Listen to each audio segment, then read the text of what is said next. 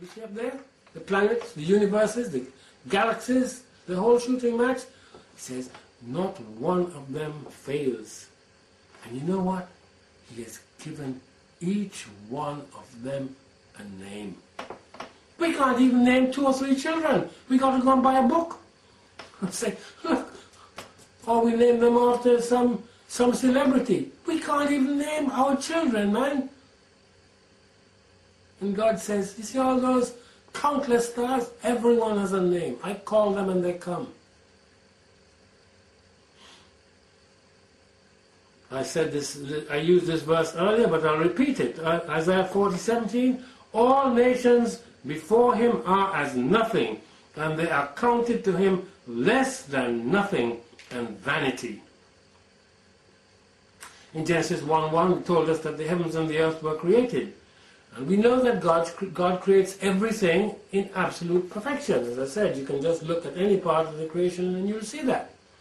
However, Genesis 1 verse 2 tells us that this creation was in chaos, confusion, completely covered with water, and the blackness and the coldest possible winter night that you can ever imagine enveloped the entire planet. It says in Genesis 1 verse 2, and the earth was without form and void. That doesn't tell us exactly what it is. It doesn't convey to us unless you go and study it out. And but it tells us darkness was upon the face of the deep. That word void, without form was tohu, formless, confusion, unreality, emptiness, a place of chaos. So between verse 1 and verse 2 we have this dramatic change. So verse 2, the earth isn't in the same condition as it was in verse 1. And this is long before man was on the scene. And then we have the other word, void, meaning emptiness, waste. So the 2 words, one is tohu and the other one is bohu.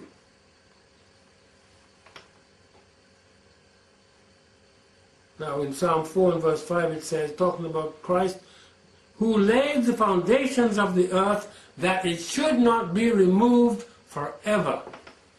Therefore the earth was made to be a permanent fixture.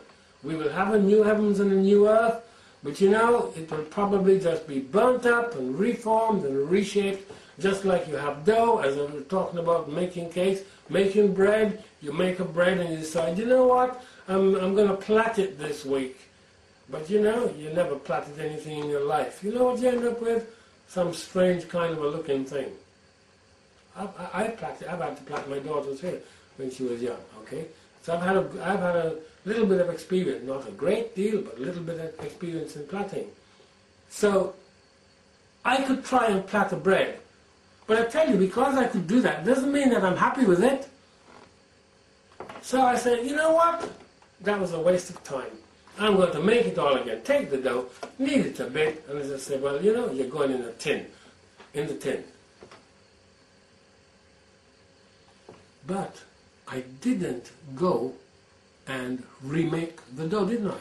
I didn't start with flour and add the water, the salt, the yeast. I didn't do that, did I? Because it was already there.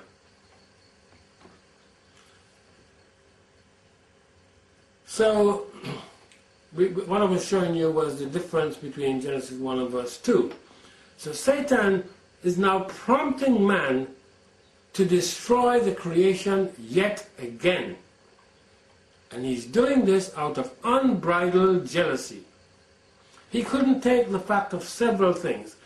One, that man was going to be made out of dust, whereas he was made out of spirit, which is far superior to dust.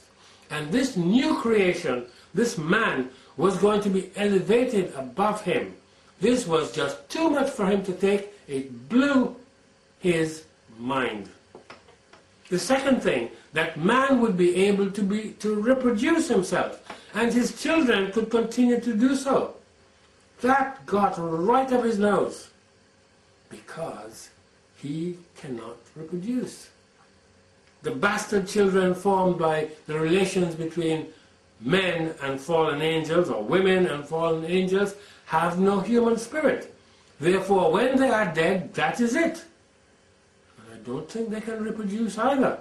Isaiah 26:13, O Lord our God, or other lords beside thee have had dominion over us. Of course, Satan is the ruler of the earth, him and his fallen angels, and then the governments and the churches that he has set up. But by thee will we make mention of thy name. Then listen to this, Isaiah 26:14. For they are dead. They shall not live. They are deceased. They shall not rise. Therefore hast thou visited and destroyed them, and made all their memory to perish. So there are some creations masquerading around as people who will never be resurrected. They will perish. And if we haven't done it, there are certainly documents on the website about this. We are living in the days of Noah, and these types of creation, the Nephilim, existed. You find this in Genesis 6, and we have got the Days of Noah document, 2 Days of Noah videos. You will find it explained there.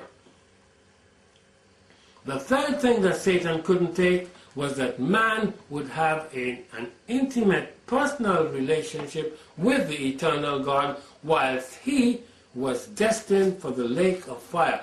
Because though some of the angels haven't been judged, Satan has already been judged. You find that in Revelation. The false prophet has already been judged. The Antichrist has already been judged. And their destination is the lake of fire. So the earth was made to be inhabited by man's ever-increasing family. We speak a lot about overpopulation, but there are vast tracts of the earth that are almost without an inhabitant. If we really wanted to be truly constructive, we could set about taming these wild areas, instead of going off on wild goose chases after or down blind alleys. Listen to this, Isaiah 45:18. For thus saith the Lord that created the heavens, God himself that formed the earth and made it, he hath established it, he created it not in vain. The exact same word that I used in Genesis chapter 1 verse 2 just now. He formed it to be inhabited. I am the Lord, and there is none else. If you see the notes, it will help you. But it's the very same word. He said, I didn't make the earth in the waste, confused state that you saw it in Genesis 2. So I'm not giving you some, they call it the gap theory. I'm not giving you any gap theory. I'm just telling you what the scripture says.